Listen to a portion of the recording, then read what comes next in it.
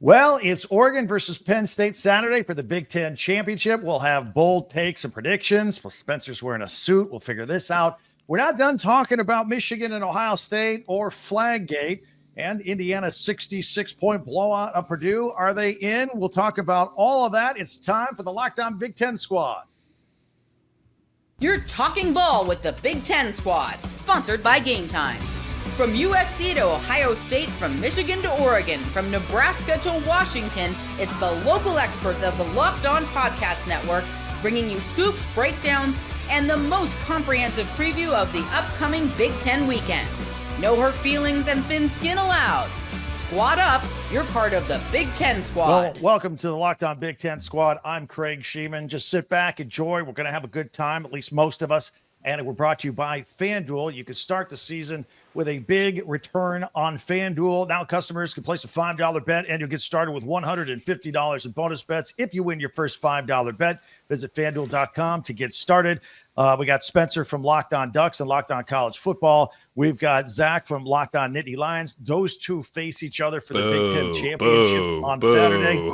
Jay Stevens is in mourning from Locked On Buckeyes. Penn We got State. Roman from Locked On Huskies and Zach from Locked On UCLA.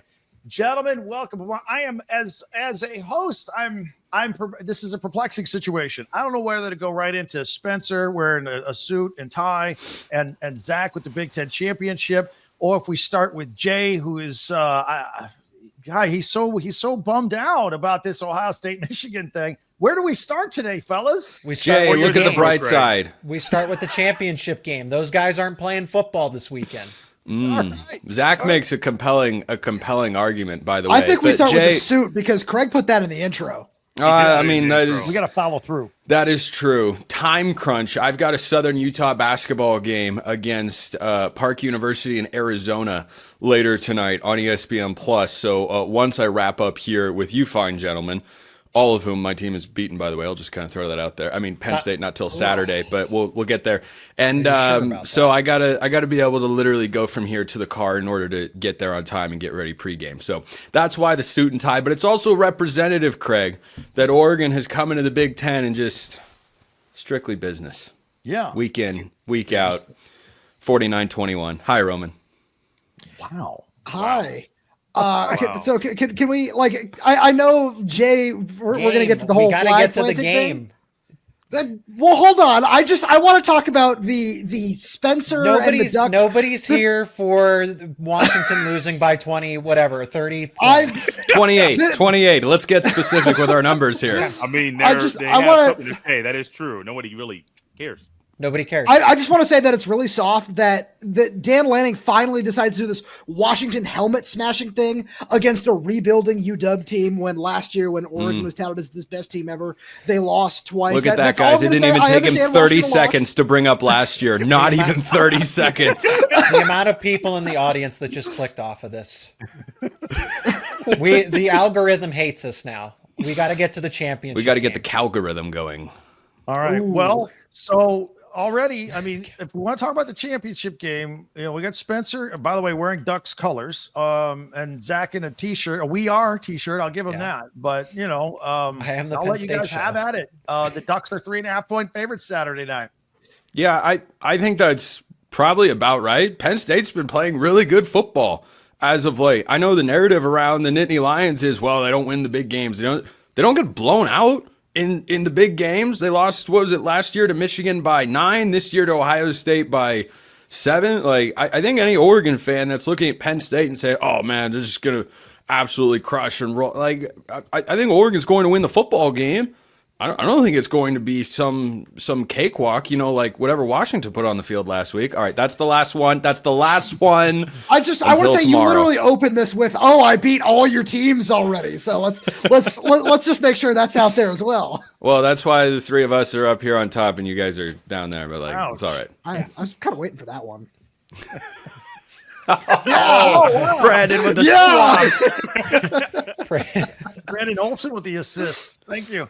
The audio listeners have no idea what's going on right No now. idea. Whatsoever. Wow, so That's why they need to go Spencer, subscribe on YouTube.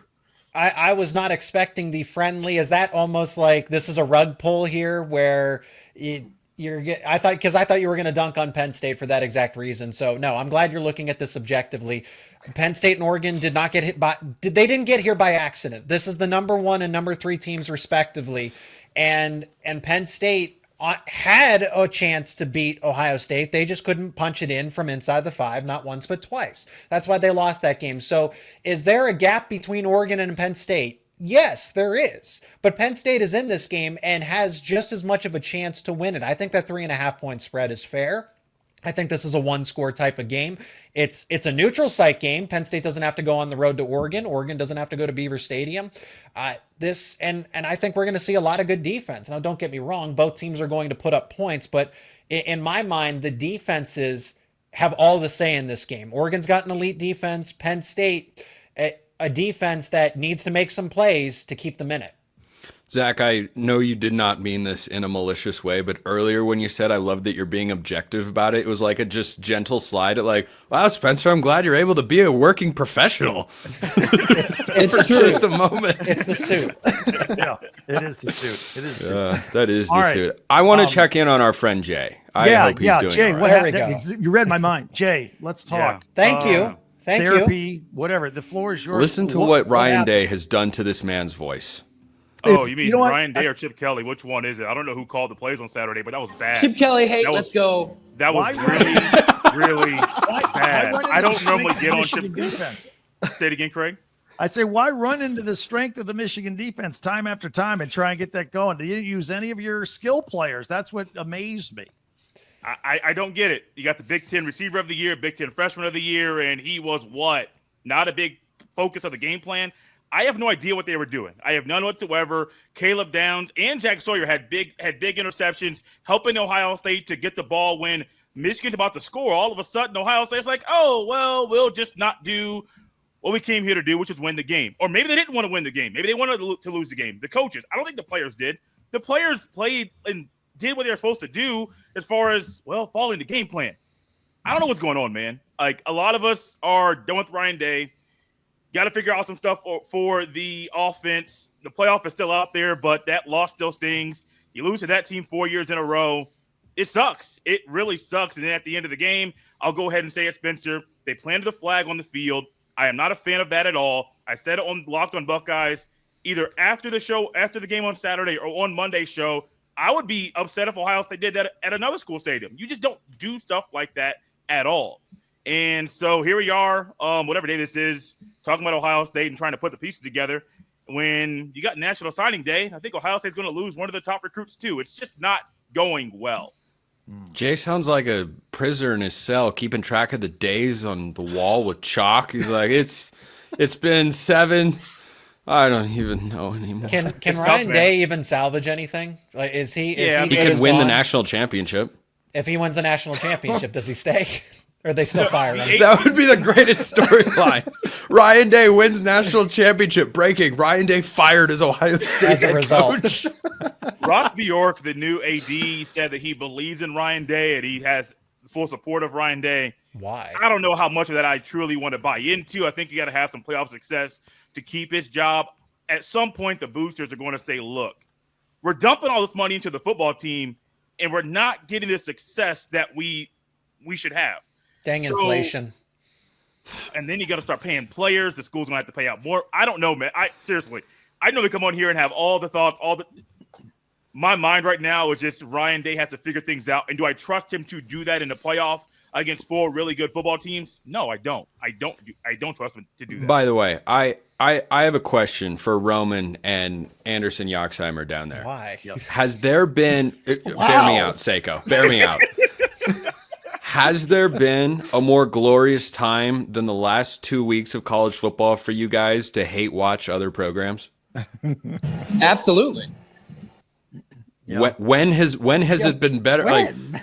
Like when was it better? I just love it that all these new teams went to new conferences and are in the conference championship game. Texas SEC got Oregon in the Big Ten. So it just kind of is like a perfect storm for all those people that say SEC and Big Ten are better. Okay, Zach is either asleep or his audio is not picking up the question I asked. But Roman, the same to you. I personally have enjoyed the hate watching. Obviously, things didn't go the way that I personally hoped they would this past weekend. But yeah, no, the hate watching has been just off the charts. Like, just hate watching that Michigan Ohio State game was absolutely tremendous for me. Like that's one where I really didn't care who won and who lost, but just watching the way that played out was absolutely hilarious. Oh, no, I think you're wrong. It wasn't hilarious at all. No part of my body believes that was hilarious. Seeing that team do that, absolutely. Of course, there's pain. By the way, in a row of this nonsense. No, for those of you watching on YouTube, you can see the darkness in Jay's eyes that is stemming from this perennial sadness at this point. Let me assure you, it's not even 1/10 of the energy that was brought as we started this recording. By the way, I'll point out Spencer's doing an awesome job hosting this show, and I don't have a problem with it. It's great. I'm just here so I won't get fined. I thought you guys planned to change places today. Didn't tell anybody. Well, he's in the middle and he's got the suit. Let's just keep rolling. We got more of this coming up. But not more of me. On the Locked On Big Ten Squad. I'll go get my suit. Let me tell you about FanDuel. FanDuel makes the excitement of watching games even more exciting. The FanDuel Sportsbook app gives you everything you need to place live bets on the NFL, and it's all in one place where you put your bets, live betting, stats, scores. It's all right there. You can check a hunch out in the middle of the game and place an in-game live bet anytime you want as well. Just visit FanDuel.com and join today. You'll get started with $150 in bonus bets if you win your first $5 bet. That's at FanDuel.com. Never waste a hunch. Make every moment more with FanDuel, an official sportsbook partner of the NFL. So check it out. FanDuel, the official sportsbook partner of the NFL. Back on the Locked On Big Ten Squad. All right, Zach. Well, I got two Zachs and a Roman. Jay ran, man. Yeah. They all, yeah. Well, he said his piece and he was out. Peace out. So, all right, let's. We lost somebody out. And now Zach disappears. I was just going to ask him because I think he was doing this from Madison Square Garden right now, right? That is some dedication. Being in a car is one thing. Being at a professional basketball game is another thing. And when your team is where it is with UCLA. Yeah. Well, that's probably true. All right. Well, now, Zach, you could tell me more about this game without Spencer interrupting you. So I was interrupting Spencer, man. It was the suit got me fired up. I did not get the memo or anything. It was fired up. I look at this game in a couple of ways. Both teams are super strong at quarterback. Both have great running games. Both will put pressure on the quarterbacks from the defensive front. I think where you can look in different directions with these teams is I think Oregon has a great trio of wide receivers, and yet Penn State's advantage will be at their tight end, who is their key receiver, who I like in Ty Warren as if Tim Tebow had played tight end instead of quarterback. I think this is what you would see. That is a really good comparison. I actually like that, and I'll use that in my tool bag. Feel free. But and Penn State relies on Tyler Warren because to be that do everything player, because the ground game is not where it should be, and for the wide receivers, I mean, that's an even bigger liability on Penn State's offense. So the offensive line, the running backs have been okay, and they still have Nicholas Singleton, right? That's not to come down on Singleton and Allen. They are trying to do the best that they can. It's more so a critique of Penn State's offensive line. So my two biggest concerns for Penn State are, because this matchup is eerily similar to Ohio State, and Jay honestly should have stuck around for it. Nothing against him, but he could have helped because he's actually played Oregon. His team actually played against Oregon. And I look at this match. Well, that's true. But it was close. It was close. All right. It was close. No, I'm eager to get your analysis. Forgive me, Roman. That's not a jab at you. But my point being that Oregon and Ohio State are actually a very similar team, which is why this was a 1-point game. These are two defenses that are top 5 in the country objectively, whether you look at the analytics, whether you look at your baseline statistics. The eye test, if you just watch the games, the talent is off the charts. A lot of NFL talent. And they also have 3 wide receivers, as you mentioned, Craig. Tez Johnson, and Holden, as well as Evan Stewart from Texas A&M. Penn State, when they were in crunch time with Ohio State, every single time, first down or a big chunk of yardage, they would lose those one-on-one battles more often than not to Emeka Egbuka, Jeremiah Smith, and Carnell Tate. They could not cover all three of them simultaneously. So how does Penn State do that again when their defense is I don't know if they're as strong as they were against Ohio State, and that's saying something. They lost Alonzo Ford, who's not every college football spectator is going to know that name, but that is a valuable piece to the defensive line. And what that means is when you lose that depth, then your starters aren't 100% all the time. That's just me logically speaking here, and everybody understands that's not rocket science, but then your starters can't be as effective, and you lose players that are difference makers. So Oregon is a similar matchup to Penn State, and I don't like it. I don't like Penn State's matchup with the Ducks. Now, Roman, you can look at the film. You're fresh off of 10 Oregon. sacks. What's that? 10 sacks. Do I want to look at the film? So you're fresh off the Oregon game, and you've done a whiteout against Penn State, so you have a pretty good idea, as much as anybody, as you look at this matchup Saturday, what to expect. I mean, yeah, unfortunately, it hasn't necessarily gone the way anybody hoped it would this year. But it's really interesting where the number one thing that I look at in this game that was the most overwhelming thing to me when watching the Oregon game this past weekend was the pressure they're able to get from the defensive tackles, where that rotation that they have up there in the middle is just absolutely overwhelming. And obviously, Zach, as you know very well, Penn State's defensive line also had its way with Washington. But I look at, on the other side of the ball, this Oregon offensive line at the same point, Washington's defensive line got no push. There was no pressure at all, where I think it's one of those things where if you're able to get a little pressure on Dillon Gabriel, and this is something that goes back to the Ohio State game at the beginning of the season, I haven't been the biggest fan of him when he moves off his spot, when there's pressure in his face. There have been, a couple of bad throws there, things get a little bit errant, but it's really hard to do that. Like I'm not, especially as the Washington guy, I'm sure there are plenty of Oregon fans like, oh, this is just the Washington guy saying these things. But no, like that was the biggest problem that I had with watching Oregon this season. But they're such a balanced offense. They run the ball so well. That offensive line has done its job really, really well for the majority of the season. And just the more that I look at this, I do believe Oregon has an advantage in this game. But Zach, I think this might be closer than you think, because if you're able to find a way to, protect, because I was really impressed with Penn State's offensive line, especially in terms of pass protection in the Washington game, where, after watching this past weekend, that might not be saying very much, but I think they did a really good job. They were really disciplined.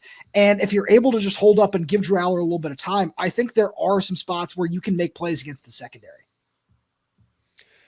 And that's the offense. This game's won and lost in the trenches on both sides. Yeah. I don't think this is a blowout. So there's the crowd, whether that's the general spectator or the Penn State doubter or the Oregon diehard that believes that Penn State has no chance because big game James can't win. Drew Aller is the same quarterback that he was in 2023, and none of that's true. That's what everybody's basing that off of. I have gone on the record. I will continue to go on the record that I think this is a one-score game, but I don't necessarily like Penn State's chances to win in the close game. Again, they had multiple opportunities to punch it inside from the 5-yard line against Ohio State at the end of the first half and then late in the fourth quarter and could not do it.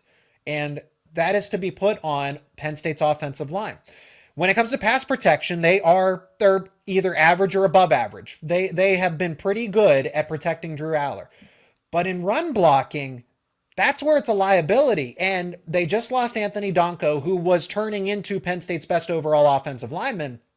And now they have Nolan Rucci against Oregon's defensive end trio, quadruple punch, whatever. All of those guys can rush after the passer. Not the first guy, not just the first guy, the second guy, the third guy, the fourth guy. They probably got a fifth guy too. There are 5 different players that have at least 5 sacks for Oregon's defense, and some of them didn't even play a full season.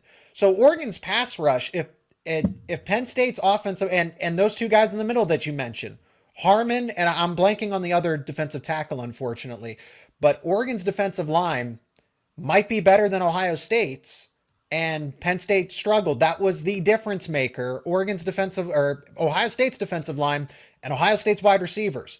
It's going to be the same thing here with Oregon's defensive line and Oregon's wide receivers in the Big Ten championship. Now, we had a bunch of chaos in the beginning, talking about with Jay and the planting of the flag. Will Penn State plant a flag there in Indianapolis and claim their Big Ten championship if they win the game? And do you two think that's okay? I think it's okay. If you've earned a victory on somebody else's turf, you can plant the flag. There's no need to fight. Obviously, some people disagree with that. Zach, we'll start with you. Yeah, so James Franklin's actually anti-flag planting. Penn State was going to do it. There were a couple players that were waving the flag at USC and were ready to plant it. And James Franklin, a nice jog, came over and took the flag away and said, we don't do that. So yeah. Penn State will not be planting any flags. Other people have had this take. If you don't want a flag planted at your home field on a rivalry weekend, win the game, especially when you were at home. Understandable when you're on the road. What, are you going to plant your flag at the middle of your home field? No, because you're supposed to defend your home territory. But I actually have no issue with rivalry games. When it was, I think Baker Mayfield did it against Ohio State. Yeah. That's not a true rivalry game. It's cool, and it's clearly started a trend. So I don't mind it. The way you prevent that, defend your home territory, because that's what happens in literal war. You raise your flag on the opponent's territory when you win. Roman, are you pro flag or not?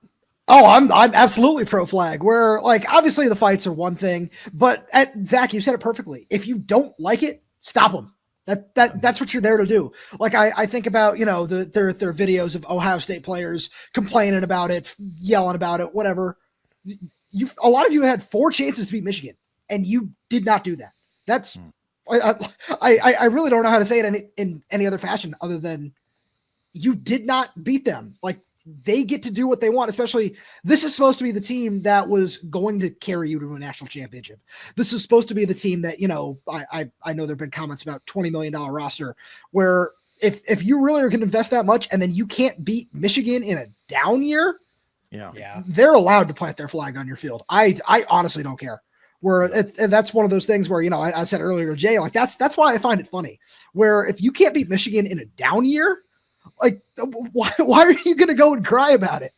Yeah, I think it's a great point. All right, I got one question for each of you regarding your programs. Take a quick break. We'll come back with that and wrap this up going into championship week on this version of Locked On Big Ten Squad.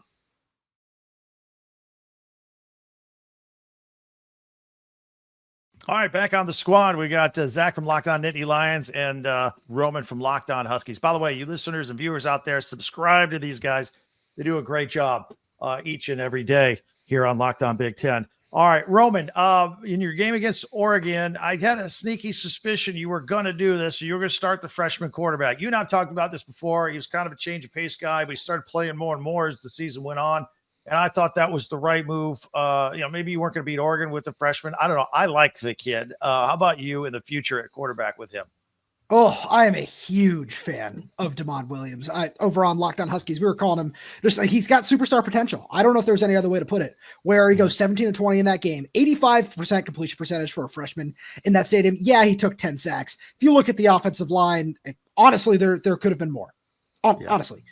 And the 85% completion percentage is one thing. The mobility he shows off is another. The arm talent is another thing. And with what Washington is going to do, moving into, National Signing Day, moving into the transfer portal, I'm really excited about what this is going to look like going forward. And Craig, yeah, you said it, where it's been a gradual implementation of Demond over the course of the season, where he really officially took over in the third quarter of the UCLA game. Jed Fish told us after the game that he had told him pretty soon after, I think it was the Monday of the bye week, that it was going to be Demond. So he's had a couple of weeks to prepare for that game.